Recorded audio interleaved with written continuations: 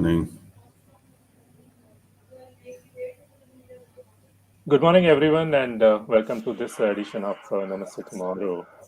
Friends, technology has made inroads in every sector, and agriculture is no exception. Use of farming techniques like precision irrigation, sensors, drones, digital platforms for connecting farmers to markets are now very commonly used. Also, artificial intelligence and machine learning in areas such as crop yield prediction and disease detection is picking up very fast. To tell us more about how new technologies in agriculture sector is creating value and contributing to the Indian economy, we have today with us Ajay Kakra, managing partner at JU Agri Innovation Venture, which is part of Chennai-based Java Group. As a managing partner, he is responsible for strategic and equity investments in early stage agri-tech startups. They are investing in innovation and technology-backed startups operational in key thematic areas such as climatic change, supply chain, precision agriculture, deep tech, fintech, blockchain, and others. Apart from investing into startups, Ajay is also mentoring the business leaders in ground validation and on their business ideas.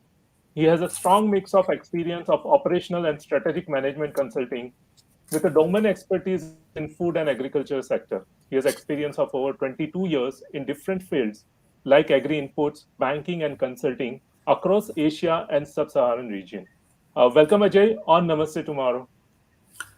Hi, Utpal, and thanks a lot for inviting me. Very happy to be here as a part of this discussion. So, Ajay, You're yeah, please good. Please. yeah, Ajay, please go ahead. So I'm really happy to be here in the discussion, and I believe that agri tech is a sector which is kind of a sunrise sector in the startup segment, and a lot needs to be done here. A lot action is happening here, and very happy to provide my views on how I perceive things in this sector. Absolutely, absolutely. And Ajay, we look forward to learn a lot, around the agri-tech sector. So, first question, uh, you know, can you give some details around, what JU Agri Innovation Venture is doing? And, apart from agriculture, agri-tech startups, are you also looking at, other areas which may have a vertical or, horizontal integration for the purpose of investment? So, as JU Agri Innovation Venture, we are mostly focused on agri tech sector, which means that any startups or any agri company which is working in this domain, solving some key important problem in the agriculture sector, supply chain, maybe traceability, or maybe climate change, but has a tech layer into its business, inbuilt into its business. So that's what we are focusing on, and we have a very strong belief that in agriculture or agri-related areas, which may be poultry, dairy, animal feed, cattle, sericulture, and any other related allied sector activity, tech can play a very important role. So, with that philosophy, we are looking at investing into this sector, and we look at business models which are innovative, which have a very strong tech layering into it, and who actually try to solve very fundamental problems of agriculture sector in a more technologically supported and sustained way.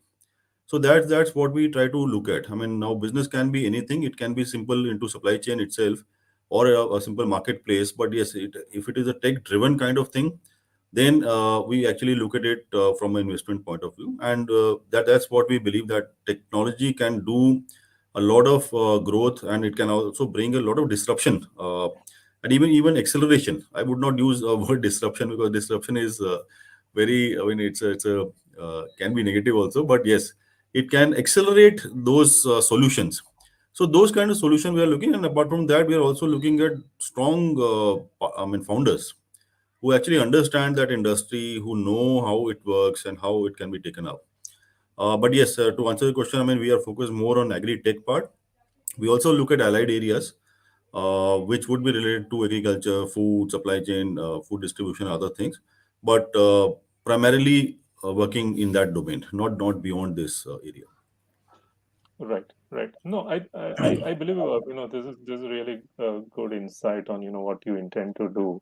So, with your recent experience, obviously you have a long experience, but in your recent experience,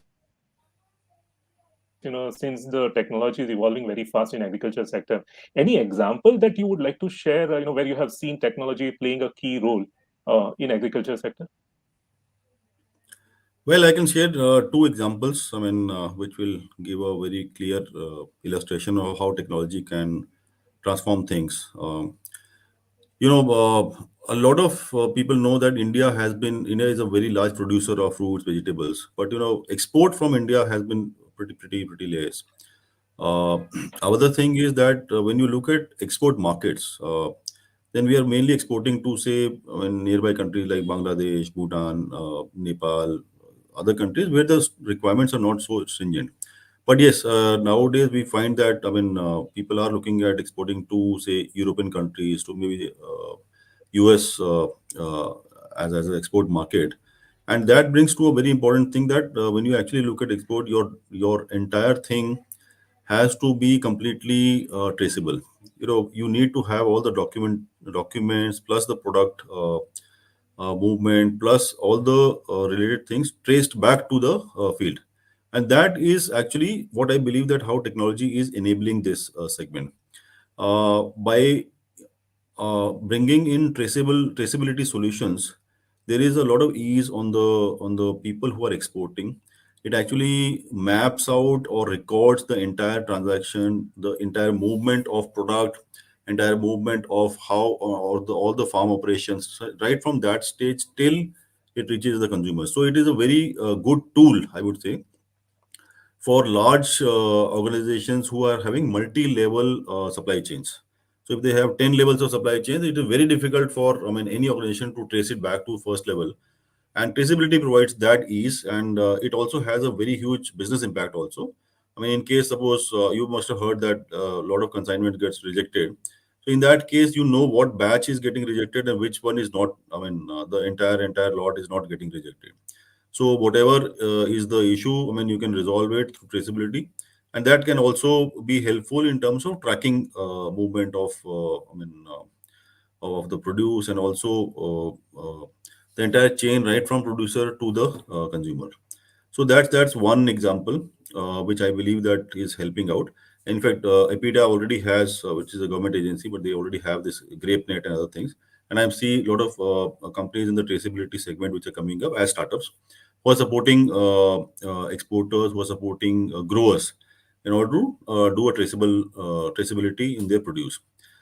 Second thing that I see is looking at uh, climate change.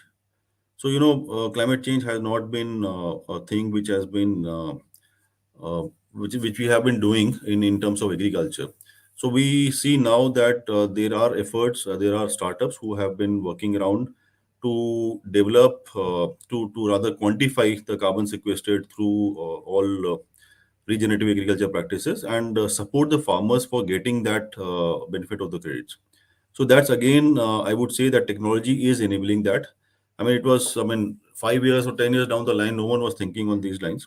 But yes, that's again, it is enabling, and it's basically augmentation of our income for anyone who is into the production part. Now, additional income is welcome by everyone. But what I see is that because of the technology, because of how we are able to measure, quantify, and audit these things, we are in a position to sell those carbon credits, and ultimate benefit is the farmer. So these are these examples. Another example can be in terms of agri lending. That's again a very tricky thing. There's so much of paper which is there, paperwork which is there, and there's so much of to and fro. I've heard a lot of stories that, rather, I've seen people that it is so cumbersome for them that they leave the normal the PSU banks and they go to NBFC for taking a loan or anything. So that's how solutions around lending is also helping out in the farmers, which actually makes it easy for them, reduces the paperwork, makes it less visits to the branches, and it actually simplifying things for them and even for the banks. So that's how see I see how technology is transforming various aspects. I mean, there are multiple other aspects. These are some of the ones which I have just mentioned you. No, absolutely, absolutely. And Ajay, you mentioned a very, very key sector on climate tech. With the government's push both on climate tech and ensuring an appropriate support is given to farmers. How do you actually see the Indian climate tech or fintech? Because there are a lot of fintechs who are working on solving this problem. How do you see these startups are evolving, and where do you see them moving from now to next 3 years? So I would say that, I mean, some bit of evolution has already happened. I mean, I'll tell you how that has happened, and these are things why how we know, being in the industry. So say for climate tech, I believe that, I mean, it was earlier, it was sustainable agriculture, which was the flavor. People were looking at, say, IPM, those kind of things were there. Then it came to how soil health can be improved, uh, and then it came to zero budget farming or natural farming. Ultimately, that everything is evolved into now into regenerative practices. I mean, any practice that you do which helps you to regenerate, and it actually is a market linked thing. So we've recently funded a company called Varaha Climate Ag, which is into climate, tech. It is basically supporting farmers and also helping them quantify the regenerative practices which they are doing into amount of carbon sequestered. So how it does it basically is that it quantifies what kind of practices they are doing and how much carbon will be sequestered through those practices, and those things will be quantified as carbon credits, and that will be taken to, say, certifying agencies like Vera or a gold standard, which would certify it, and then that can be traded to any of the markets or any of the buyers. And in this process, whatever carbon credits are generated, you get some bit of revenue out of it, and that revenue will be plowed back to the farmers. So 50% of that goes back to the farmers.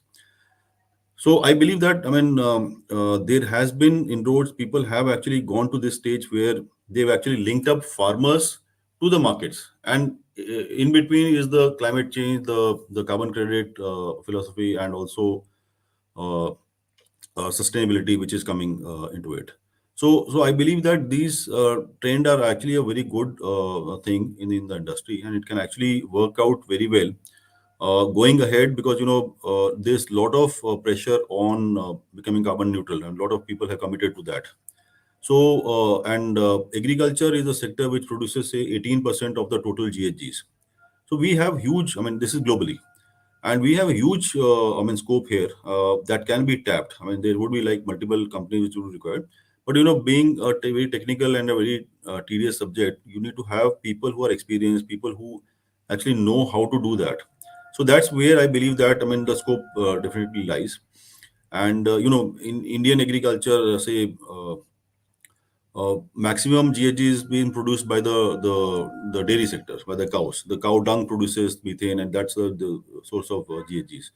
So, so that's one where it can actually work out well.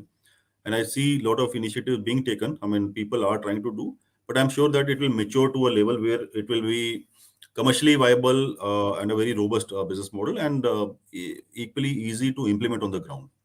So that's how this is happening in the field, and I see the trend would be there, and this is most likely, as per my estimate, this would will be a kind of a evergreen segment for next decade, and that's where, I mean, a lot of actions can be seen. Fully agree, Ajay. I think agriculture sector was there, is the backbone of Indian economy, and will continue to do well. So, Ajay, agriculture is basically an entire economy by itself. So, you have farmers, starting from farmers. You have suppliers, because they are basically supplying pesticides or seeds. The supply chain for end producers and the final product, who are manufactured by corporates. Now, within this entire ecosystem, startups are basically trying to create some kind of a solution, some kind of a innovation. So in a overall, like, if you look at the entire agriculture sector holistically, what's your sense on how startups are currently contributing, and which are any specific areas within the entire ecosystem where startups can actually operate? So, if you look at the entire, I mean, I would not restrict only to supply chain. The agri ecosystem is much beyond that. It would be starting from production technologies. How they produce. So, in that segment, you'll have control environment agriculture. One is open field agriculture, and as compared to that, it is controlled environment, which means it is in a greenhouse or a polyhouse or vertical farming. Those kind of things are there. So that's one segment I see has a huge potential. Although, I mean, I could not find a lot of sustainable and viable businesses coming up because of the cost issues and other things involved. So that's one thing which can actually work out well if it is worked out in a proper economic manner. Controlled environment can be a good game changer for the Indian agriculture, provided the parameters meet, that you are able to produce it in a rate which is acceptable, cost which is acceptable, and also you can fetch higher yields and get better prices out of it. There are successful example, but scalability is one huge thing because it requires a lot of capital into it. So I believe that this can be one thing. The other thing I believe is in terms of the way agriculture is being done. So when you actually look at agriculture, you have the first thing that you see is the seeds, and also the planting materials which are used for growing crops. So that again is a place which has a huge gap, although it is very difficult place to be in to supply high quality, reliable seedling planting materials. That's again a very important area which can be looked at by startups, and there are some people who are looking at it. But yes, again, very huge scope for growth and scalability there. I can give examples. I mean, I was working earlier in, say, some projects in Himachal. So the seedling for apple crop, that you never knew which variety it is, and after 3 years you will know what variety it would be. So it is a very big gap. I mean, you never know what is the quality planting material that you are taking. So if that problem can be solved out, it can be very good. The other thing that I see is in terms of farm mechanization. Farm operations with labor becoming a very constrained resource, and also labor cost varies from I mean, different places to places. If you see Rajasthan, it will be like 250 rupees a day, but if you see a state like Kerala, it is like 600 plus rupees a day. So it can actually, skew your economics, the entire thing. So farm mechanization can be one good intervention, and there are a lot of interventions, say, in this domain, like by in terms of mechanized tractors, in terms of drones, which are there.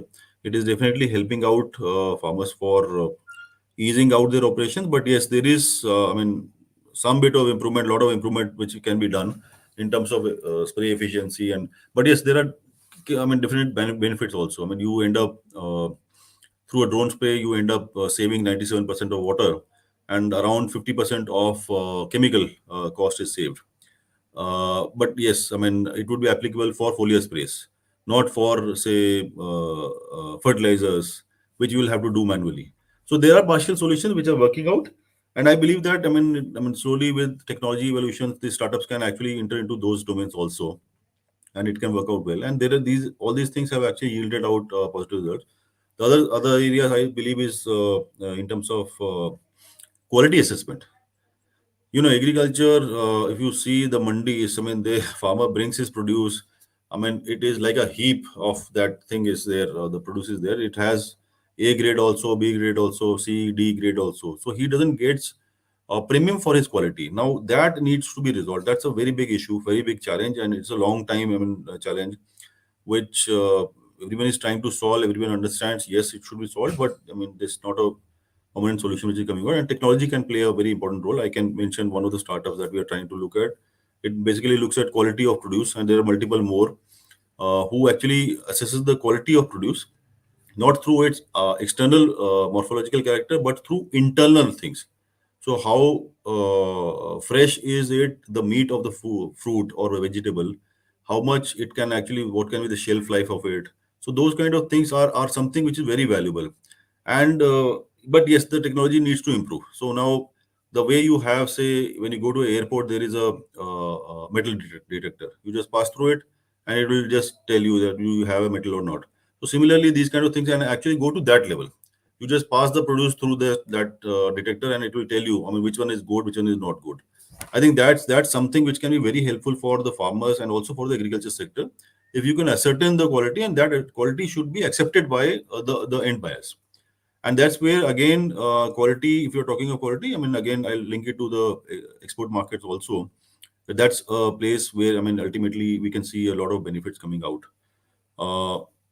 So like that, I mean, there are multiple other things I mentioned about in terms of agri credit also. That's another area which will be very useful, particularly for the SMEs. I mean, when we're talking of agriculture, let's not forget about the SMEs which are there, who are there, say, someone who's into juices, some jams or something. Those are also areas, I mean, they have very constrained access to credit because they are small in scale. They do not have collaterals. The regular banking channels, they have difficulty to get access to credit from the regular channels, and that's where again a huge potential lies. I mean, this year government announced about 20 lakh crores of investment into, say, fisheries, sectors like fisheries. So I mean, those sectors are something which should be actually, I mean, can be taken up, and startups can definitely play a very good important role into these areas. Right.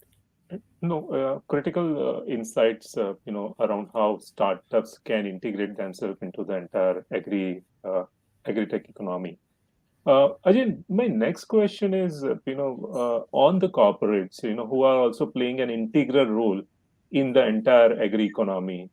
Starting from manufacturer of, fertilizers to the agri produce to the end products, and obviously a key chain is basically the entire supply chain sector.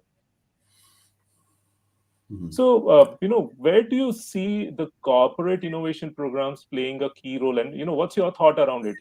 Are these corporates also should be looking at doing some kind of an innovation program to identify startups who can basically help them in their value proposition?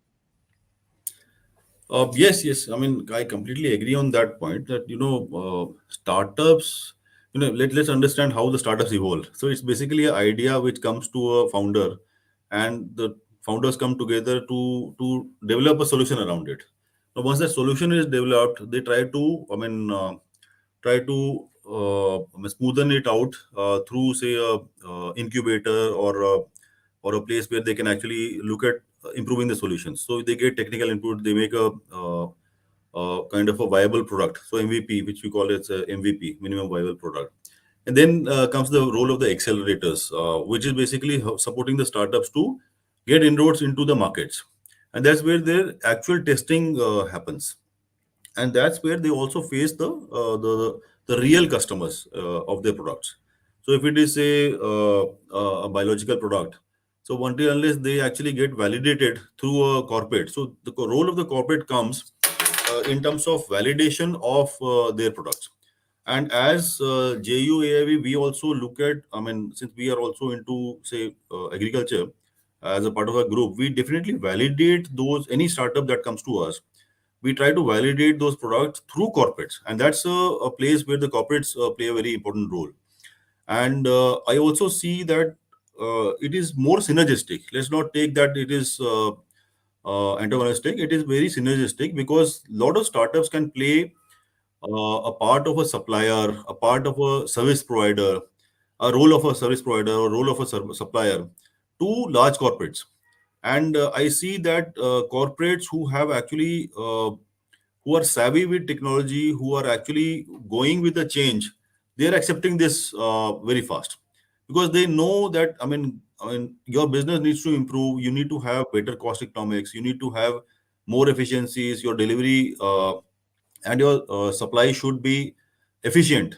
And this is where agile structures like startups can actually help them. Large corporates have got a very defined structure, they have got very defined processes, and that's where the startups can actually come up and support these large corporates in terms of their maybe supply, or maybe operations, or marketing, I mean, in any aspect of their business. So I believe that yes, both of them can exist synergistically, and it is win-win for both. uh, but yes, obviously it depends on the proposition, the value which startup is bringing, and the perceived benefits which the corporates can actually look at. So I believe, I mean, this is a very, very synergy area for both of them, and corporates will definitely play a greater role into it.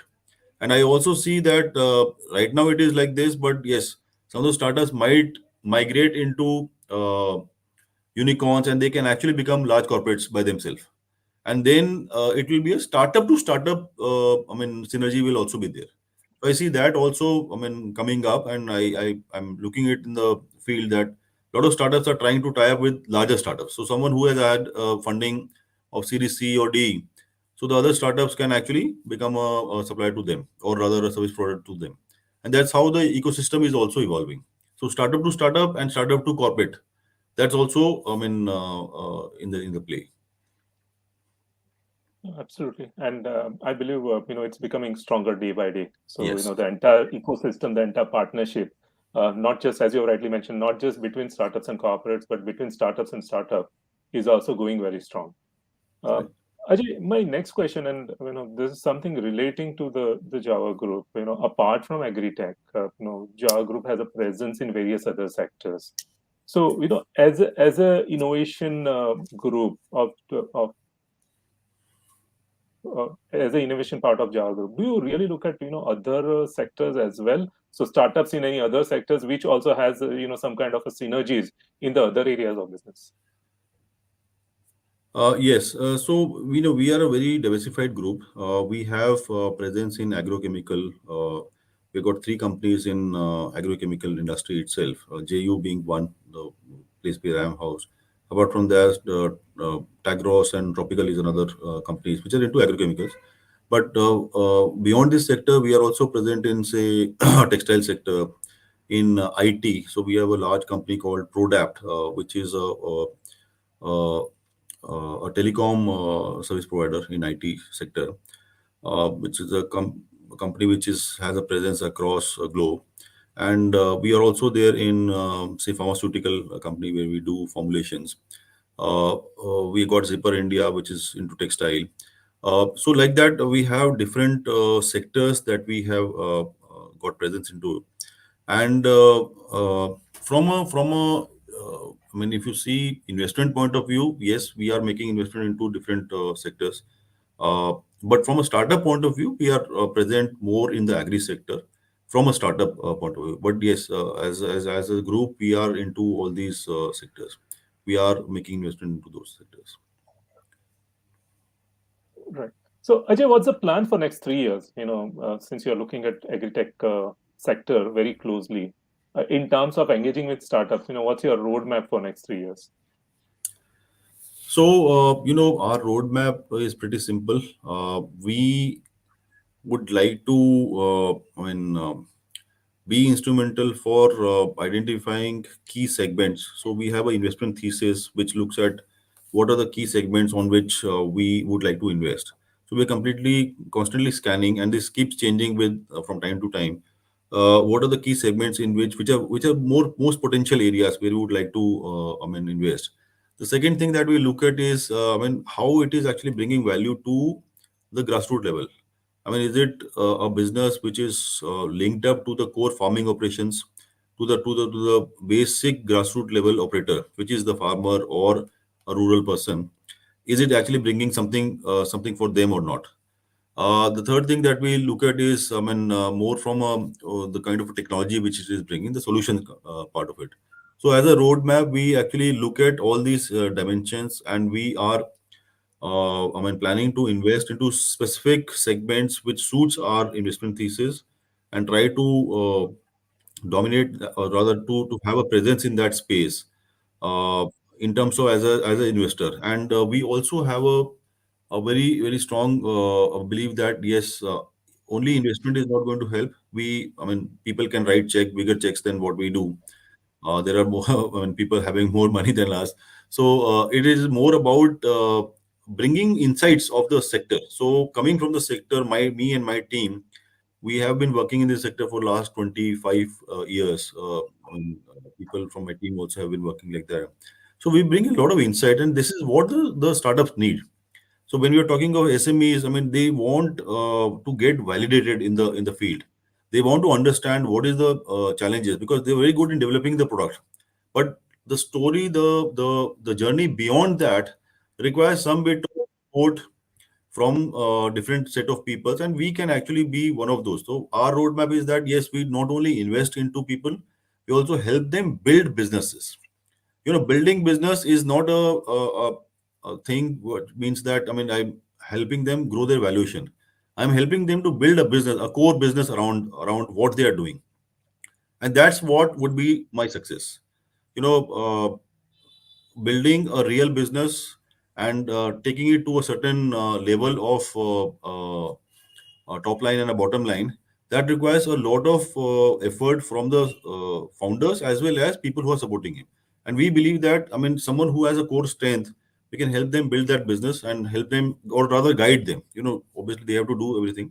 So our plan is to build real businesses, obviously invest into the right set of thematic areas, and create our presence in those domains which match with our investment thesis.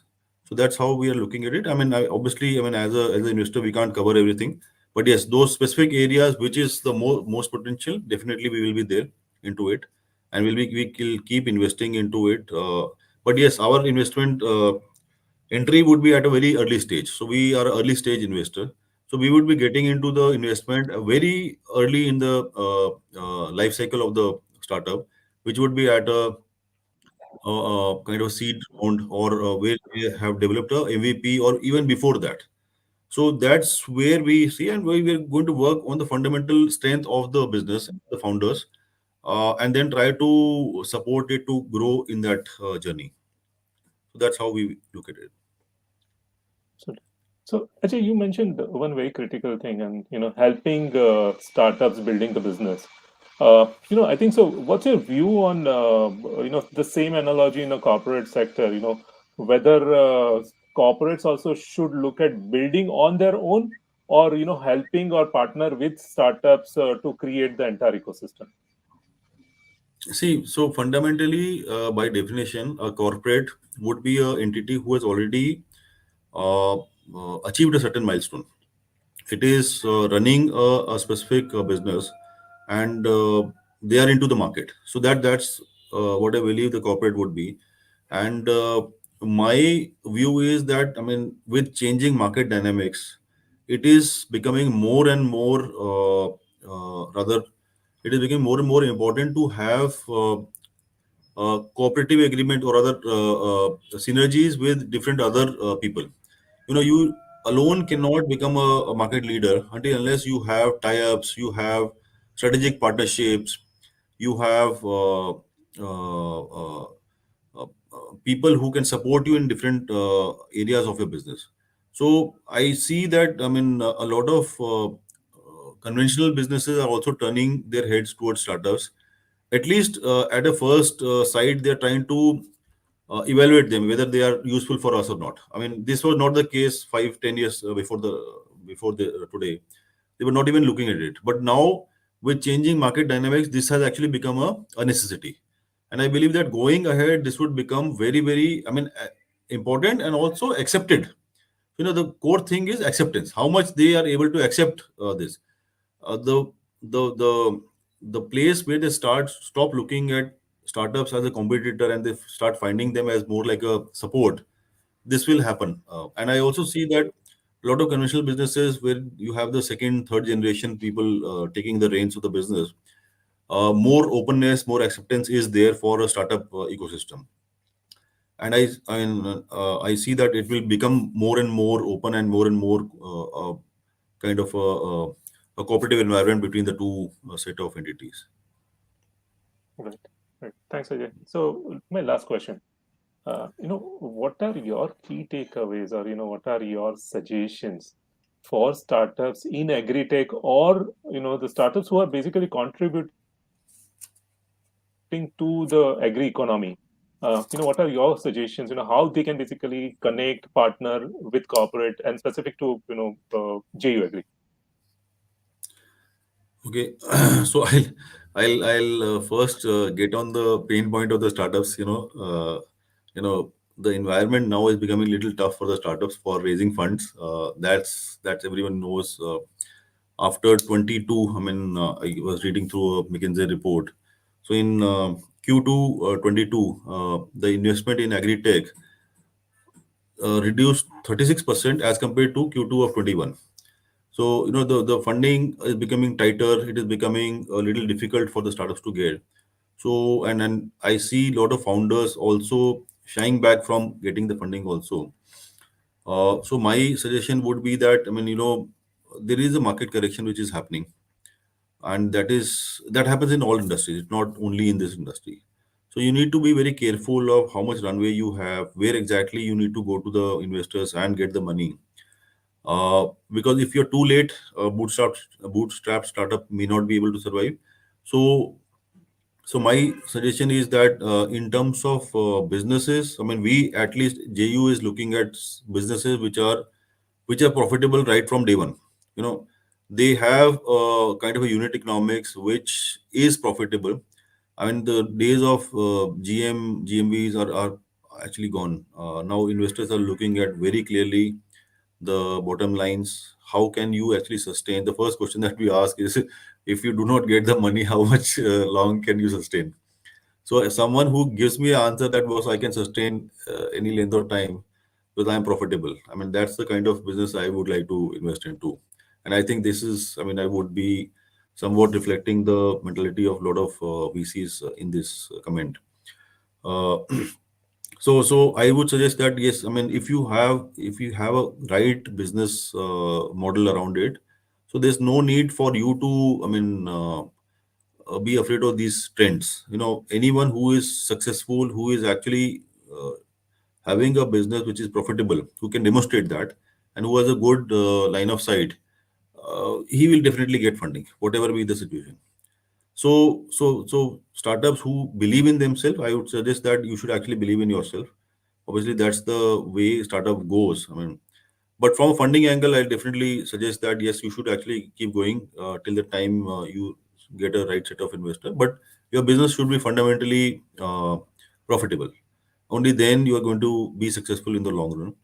And in terms of other things, I would see that, I mean, this trend is going to continue, and startups would definitely find a lot of difficult patches where they have to go through, and that would be something they have to look at. So from a JU perspective, I mean, we are completely open to look at any startup which is there in the agri sector or the allied areas. How we do it, I mean, anyone who connects to us, we definitely have a look at it. We have a discussion with them, try to understand how they're doing, what kind of business they are doing, and then we do a fitment with our philosophy. I mean, if it is fitting into our thematic areas, then we look at it from a deeper angle. And but yes, I mean, we are an early stage investor.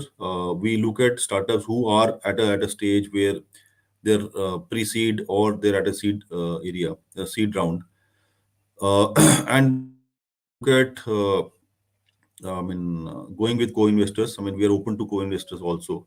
So that's good for the startup also, and also for, from an investment point of view, that if it is validated by two, three people, then it is a better place to invest into. So from JU's point of view, I mean, we are open to any startup in the agri sector, and we are quite accessible. Anyone who wants to approach us can definitely come to us. If we are able to fund them, very good. If we are not able to fund them, then definitely we can guide them on what they should be doing. Yes, that can happen. I mean, our view may not match with what you are doing. So yes, that happens. I mean, it happens 80% of the time. But I mean, we can definitely guide you what to do. And it's a very open and a very clear, frank kind of a, discussions that we have with the startup founders. and this is what they also want, that someone should be giving them an independent view. What they are doing, is this right or wrong, or maybe how they can improve, who can actually support them, and if they're good enough, then can they get the fund. So the that discussion can definitely start on once we find it is eligible and it is suiting our investment thesis, and the rest of it is more like a assessment and going ahead with them. So I mean, as of now, we have already invested into a climate change company. We already invested into precision agriculture companies. We are already looking very closely for investing into blockchain, as well as marketplace companies. Someone into the quality aspect, someone into uh, agri lending part. So all areas, I mean, we are covering those areas, which I believe that are actual pain points. So if you have a real solution to a real problem, definitely we are the place to be. Absolutely. Thanks, Ajay. I believe startups have, one place to go, specifically agri-tech startups. They can certainly, come back to you. So, thanks, Ajay. I think so. Thanks for sharing your views on how startups can play a pivotal role and contributing to the growth of agricultural sector in India. Thank you for your insight for the today. Thanks a lot, Utpal, and I'm very happy to be here. Very happy to share my views on agri-tech as well as startups. And I'm definitely available to further discussions with anyone who is interested, any startup who would like to discuss more with me, or would like to understand how it happens. So thanks a lot for inviting, and I'll thank 100x VC for inviting me over for this discussion. Really great to be there. Absolutely, Ajay, and we look forward to partner with JU Agri on their foray into agri-tech sector. So pre-seed. It's our journey to promote the entrepreneurship at a very early stage. So certainly, we look forward to create those kind of partnership with you. And thank you everyone. Thank you everyone for your time today. We look forward to your presence, your participation in more interesting sessions going forward as well. Have a great weekend. Have a great weekend, Ajay as well. Thank you. Thank you, Utpal. Have a nice day. Take care. Thank you.